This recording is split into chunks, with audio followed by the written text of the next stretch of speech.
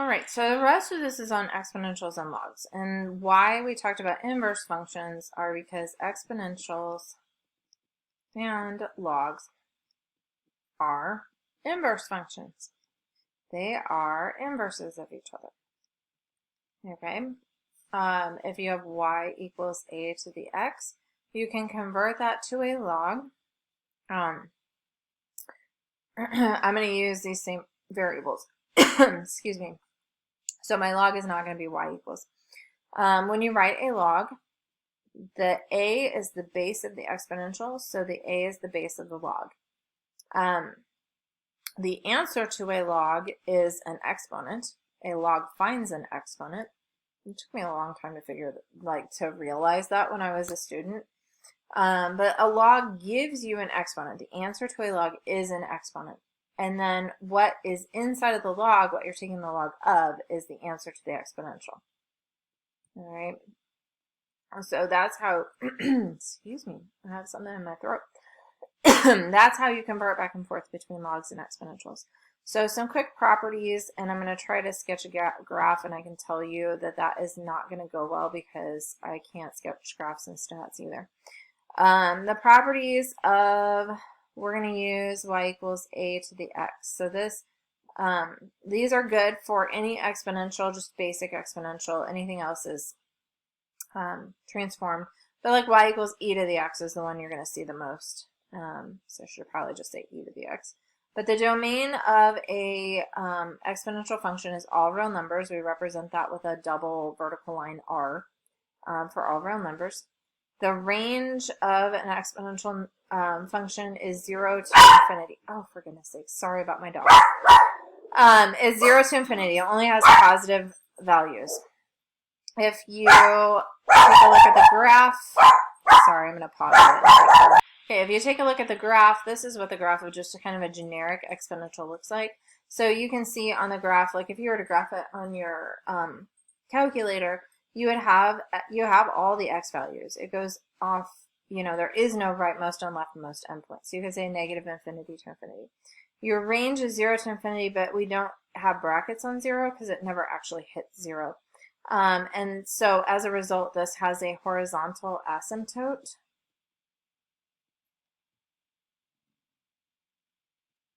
at y equals 0 on the y-axis.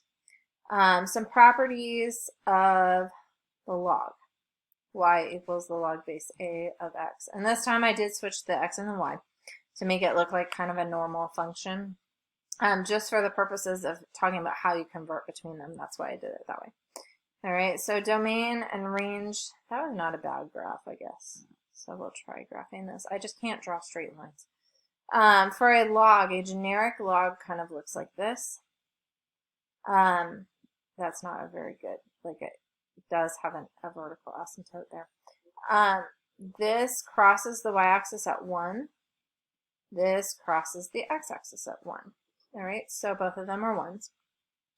The domain of a log is 0 to infinity. The range is all real numbers. And again, we can see that from the graph. It doesn't actually hit 0 and it goes off all positive, but it hits every y value. All right, and this has a vertical asymptote at x equals 0. Okay, so you can see inverse functions, flipped over y equals x. Properties of logs. All right, you should have learned these in pre-calc or algebra 2. If you have the log of a multiplication, you can split that up into addition.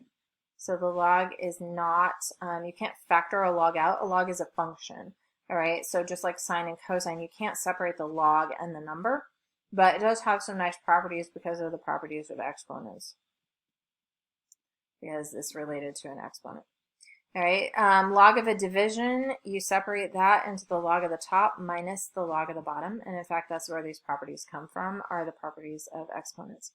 And then the log of a to a power, you can bring that power down out in front of the log. All right, so those are the main 3 properties. A couple of other things about logs. The log base 10 is the button on your calculator that just says log. We often leave off the 10 just because it's so common. It's called the common log. The log base e is the natural log. It's ln because it's French, logarithm naturel. And the log and its base kind of cancel each other out because they're inverse functions. When you compose inverse functions, you get x. That's a property of inverse functions I didn't talk about. But same with natural log and e, you're going to get x. Any log composed with its base, if you have the log base 5 of 5 to the x, you're going to have the same property happen. All right, so just some properties of logs there. So let's do a couple of examples with logs. I'm going to do some examples of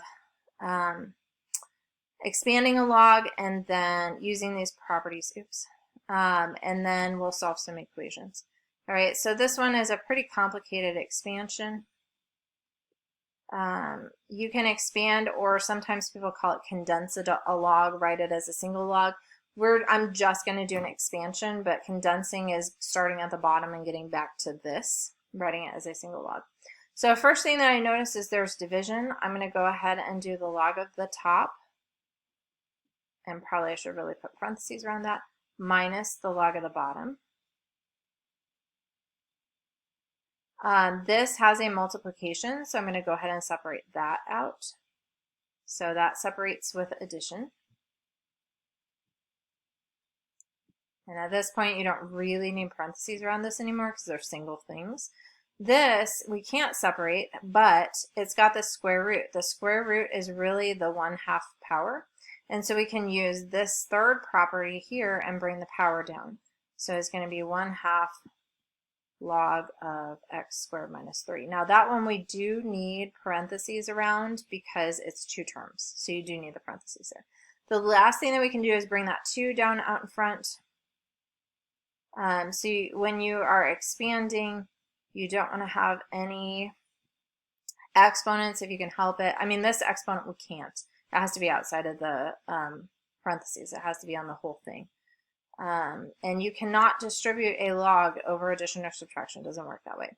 Okay, so this is fully expanded. There's my answer. All right, a couple of examples of solving equations. Now, I use the fact that logs and exponents are inverses to solve equations. That's how I think of it. Some people think of it as, oh, we're just changing the exponential into a log. Either way, it doesn't really matter. The main thing is you do need to get the exponential by itself before you do a log. All right, so we need to get rid of that 2. That's the first thing we need to do. You can manage it if you use the log, but it's a little bit more work. So it's just easier to get rid of it at first. All right, so we're going to divide by 2. Now we want to get rid of e. That's really the only thing we can do. So what gets rid of e? The natural log does. All right, so we're going to natural log both sides, and that gets rid of e. We get t minus 5 equals the natural log of 3, and then we can solve for t. So we're just going to add 5 to the other side. All right, so pretty easy. One more, we're going to do 5.1 to the x equals 3. Okay, so this is an exponential, kind of a weird base. All right, so we use the natural log with base e. You could use the log base 5.1 with this if you wanted to. So easy, log base 5.1 on each side. I don't really have enough room there. So that's x. These will cancel out. And you get x on that side, oops. And then it's the log base 5.1 of 3. You could also use natural logs or common logs to solve this if you prefer. And that's what they do a lot of times in math books, textbooks, I guess.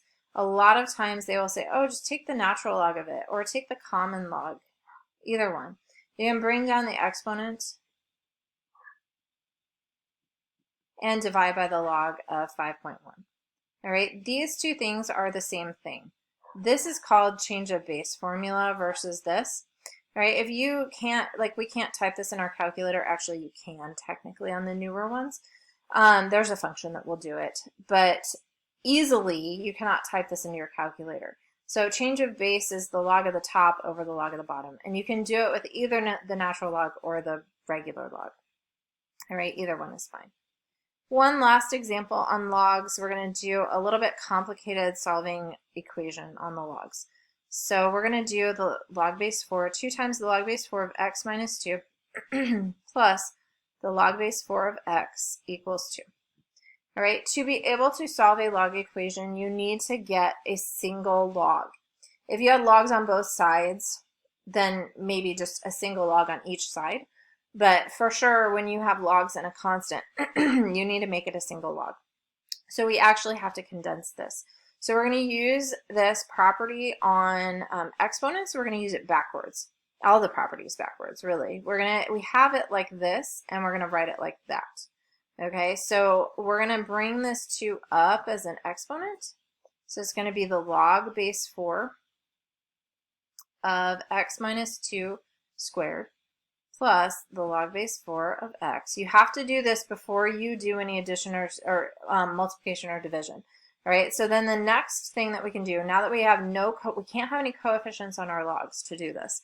The next thing that we can do is, since it's addition, we're going to use this property backwards.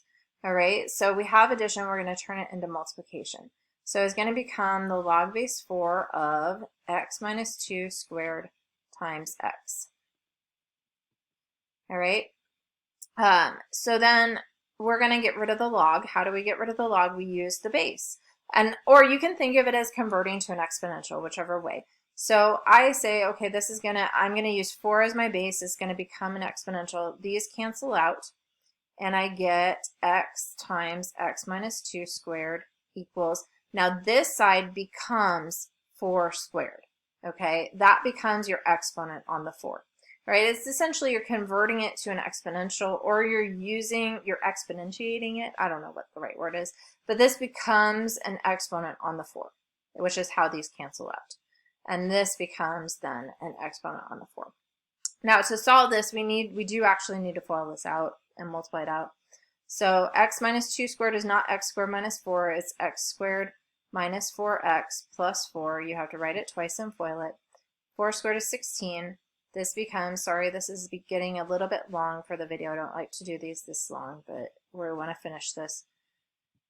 So we get x cubed, and if you don't remember how to factor, don't worry.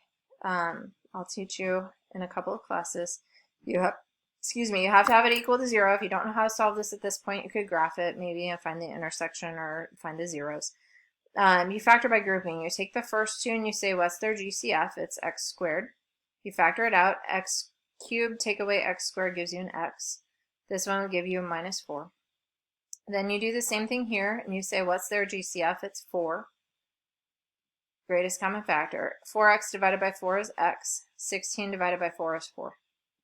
And then these two factors are the same, so we can take that out. And what's left is x squared plus 4. Okay, and then we'd set each of these equal to 0. This gives us imaginary numbers because you get the square root of negative 4.